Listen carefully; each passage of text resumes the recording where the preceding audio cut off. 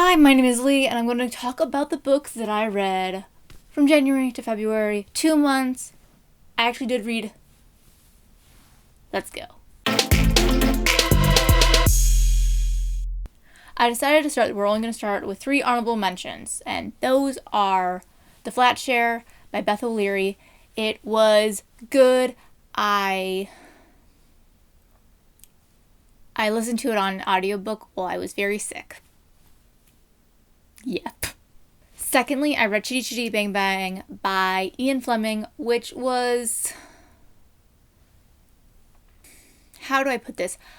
I watched the movie a very, very, very long time ago when I was a kid. And I was hoping it would feel like that, and it didn't. It was very short. It was sweet. And it's very British. A lot of the books I'm going to talk about are very British. Last book I want to talk about in my honorable mentions is actually King Solomon's Mines. King Solomon's Mines by H. Rider Haggard.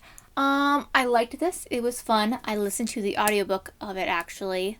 Also, I got grossed out because of the elephant hunt part, where they kill an elephant, and I was like, I was not expecting you to kill an elephant, even though you're like an elephant hunter. Like, why? I would recommend this book if you like adventure books, historical adventure books specifically. If you like John Carter of Mars, this might be a good book for you. If you're okay with people killing elephants. Let's get to the actual books that I want to talk about today. We're going to start with a graphic novel, which is Rogue and Gambit, Ring of Fire, by Kelly DeConnick, I think. Let's hope. It was really good. I haven't really read many X-Men graphic novels, comic books, but it was really good, and I liked it a lot. Let's continue with graphic novels quick, and that is when I reread, let's put them in order quick, the Delilah Dirk trilogy.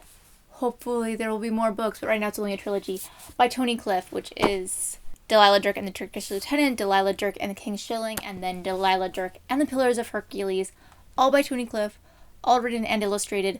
I think this one he has helped with some coloration stuff, but they're so good. They are about Delilah Dirk, who is a adventurous bounty hunter, not really a bounty hunter, treasure hunter, yep, globe-trotting troublemaker, and her friend Salim, who go around the world and get into trouble in different ways. This one is them going against a warlord dude. This one, they're going against a spy from Napoleon. And then this one, they are trying to find the third pillar of Hercules. They're so much fun. They are very similar to like Lara Croft, Indiana Jones, Vesper, Holly. And it's kind of just my jam. This is graphic novels plus girl adventurer during history with some fantasy elements. It's my thing. And they're kind of steampunk too.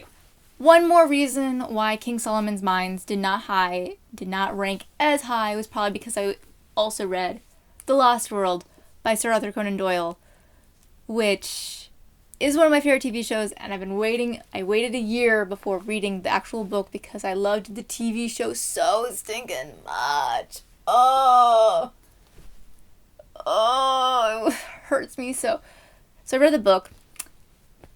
The book is not as good as the TV show, in my opinion, alas, but still really good. So Malone is this journalist, and he finds out that there is this guy named George Edward Challenger, who is a professor, and he has found a plateau where dinosaurs exist. And so Malone and a bunch of other dudes go on an expedition to find out whether Challenger is right and if there are dinosaurs on this plateau in South America. And it's great. So this is, of course, written by Sir Arthur Conan Doyle, who also wrote Sherlock Holmes. And this feels very different to me than Sherlock Holmes. Last year, I read 2 Sherlock Holmes books. I read Hand of the Baskervilles and Study in Scarlet. This is not like those books at all. I'm very excited. I guess there's 2 more George Edward Challenger books. The Poison Belt, I think, is one of them. There's another one, I can't remember what it's called. The last book I want to talk about is Arabella and the Battle of Venus by David D. Levine. It is the sequel to Arabella of Mars, which was one of my favorite books 2 years ago. It is a sequel, so I will try not to spoil the first book. But in this book, Arabella gets caught up in Napoleon's escape from the moon. And in doing so, she has to go save the love of her life. She has to go save quite a few of the characters from the first book. And it's just really good. I do have a slight problem with these books, though, in that they're very slow. Move slow. They don't, well, not move slow. It's not the movement, it's the pacing. The pacing is slow because things happen, but then they stop. And they talk about it. Things move slowly in the book. Stuff happens slowly. Which, in a way, I really like because it gives Arabella time to actually learn skills. And that way, when there are battles and adventure quest kind of things, when those things happen in the book and they're really exciting and it goes really fast-paced, then it makes it feel like Arabella's actually earned those things. But when you're just kind of in one of the slow sections, it's just hard. I think that if you accept that it's going to be slow in those parts, it's easier to get through. I've been kind of seeing other people and also kind of referring to myself as if Jane Austen and Edgar Rice Burroughs had a baby, and that's David Levine, and this is his books. Those are the books that I want to talk about from January and February. I hope you're having a lovely afternoon and are reading good books. Bye.